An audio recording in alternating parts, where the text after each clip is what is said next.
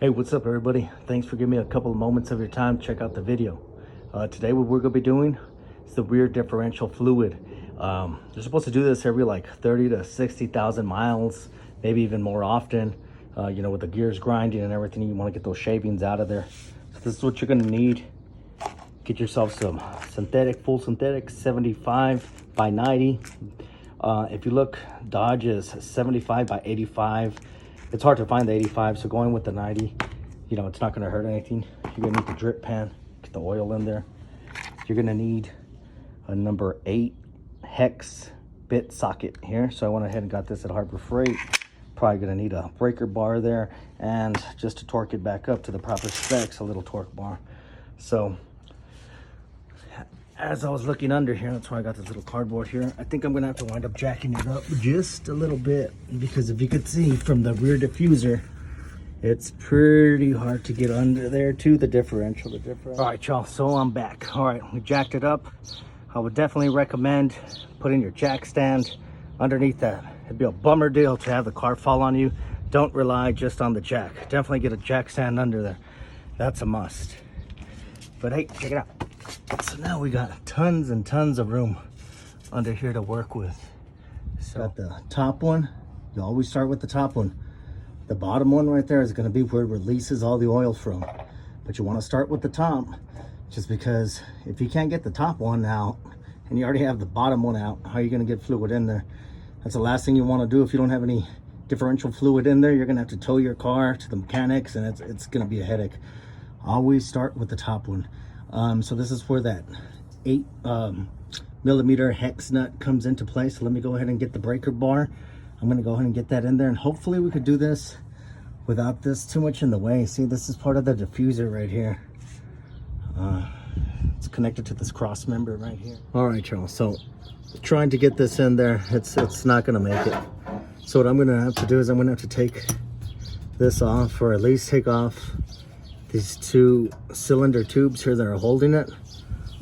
So if any of y'all got the ZL1 rear diffuser, this is gonna be a size 11 millimeter. This thing is super stubborn. It's taking me forever to pull it off. If you could see, I already went at it.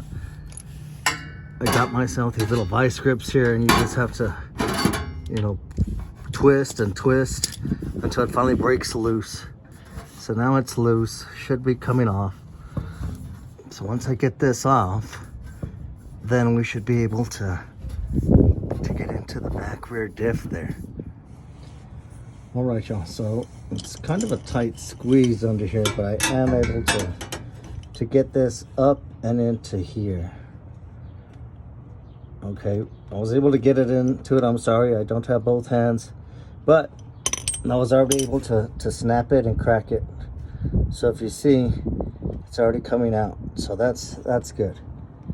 That's your first step right there. You want to take this guy out. This one's the most troublesome too, just because of this rear diffuser being here, and I didn't even get it all out. I just got the stud out there. So let's see. So we got off of that. So if you could already see my finger, it's definitely black and it looks disgusting. So now that we got the top one, we're gonna work our way down, get the second one right here. And after that, all the fun should start. It's gonna start leaking and oozing, and we'll see how nasty this oil is.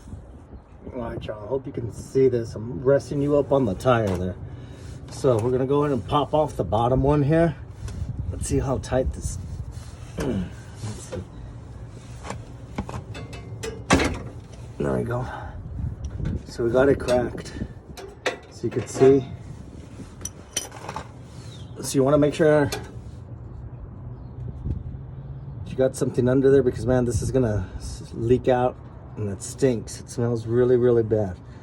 So let's see how dirty this fuel looks. I'm at 43,000 miles right now. I should have probably got this when I first got the car. Look at, oh man, it's not even that bad actually. I was expecting that thing to be like black. That's actually not bad at all. Not bad, not bad. I probably could have kept on riding on it.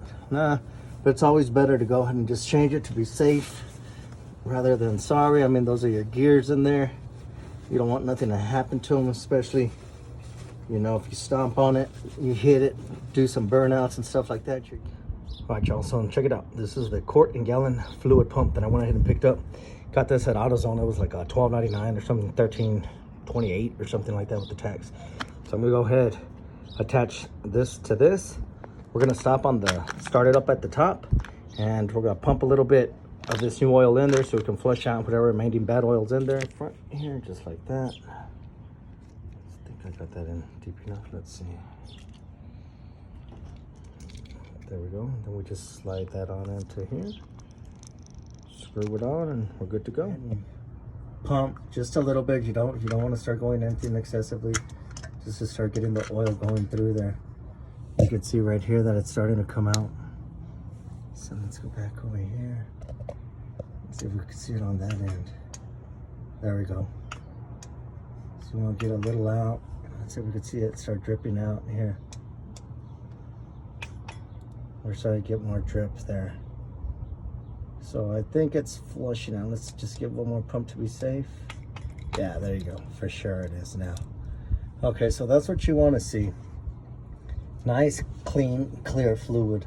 Like I said, you go ahead and take your plug that you just pulled out. If you want to tighten the heck out of it, go right ahead. If you want to do it to spec, it's 26 pounds.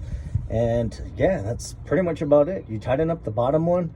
You pump this with enough oil that it's going to kind of seep out through the top over here. You're going to get a little spillage from where the hose is, and that's just the oil telling you, hey, we're full, the pumpkin's topped off.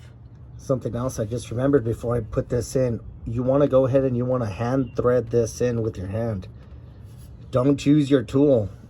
Don't use the wrench or whatever to tighten this, because if you misthread it, you're going to start adding new thread in there, and it's going to screw this whole thing up. You're going to mess it all up. So just hand tighten it, you know, because you're going to feel if you go off of the threads or if it gets stuck, you know. So make sure you get it all the way in, and it will. Look, it'll go all the way to the back, you know, and that's when you bring it in, just tighten her up. You know what? I'm tripping, guys. This stuff it's pretty dark. I dumped it in here. Look how black that is. So we'll get in the sun a little bit. But man, yeah, so I definitely highly recommend changing out that rear differential fluid there. All right, y'all, just wanted to show you that. Thanks again for watching. Have yourselves a wonderful day.